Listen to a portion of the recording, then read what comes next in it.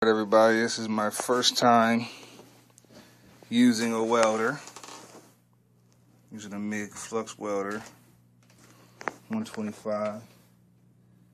It's not a bad welder. This is what I did the first time out.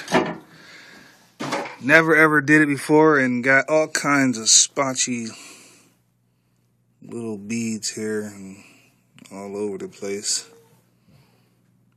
Decided to try it again and did this my second time out. It's a little better. Still got some gaps here and there. But hell, for a first time, it's pretty good. Got real good heat penetration on that one. So it's actually through the metal. This one you can see it was jumping all over the place. But first time welding. Not a bad job.